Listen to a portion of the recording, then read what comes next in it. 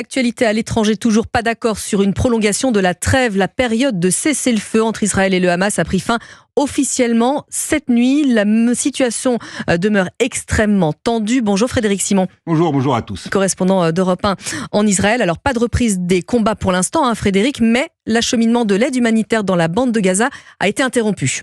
En effet, la mesure a été prise en réaction au refus du Hamas d'accepter les nouvelles propositions endossées par Israël et présentées comme ayant été élaborées par l'administration américaine, ou plus précisément par son émissaire au Moyen-Orient, Steve Witkoff.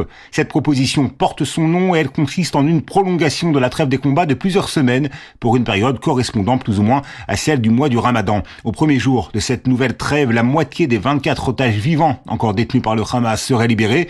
Le dernier jour verrait la libération de la totalité des otages vivants et la restitution des corps des captifs morts en détention, à la condition toutefois que des négociations sur le retrait des troupes israéliennes et la fin de la guerre aient débuté. C'est là la principale demande du Hamas, mais l'organisation terroriste exige l'ouverture immédiate de ces négociations. Elle a donc rejeté la nouvelle proposition d'accord.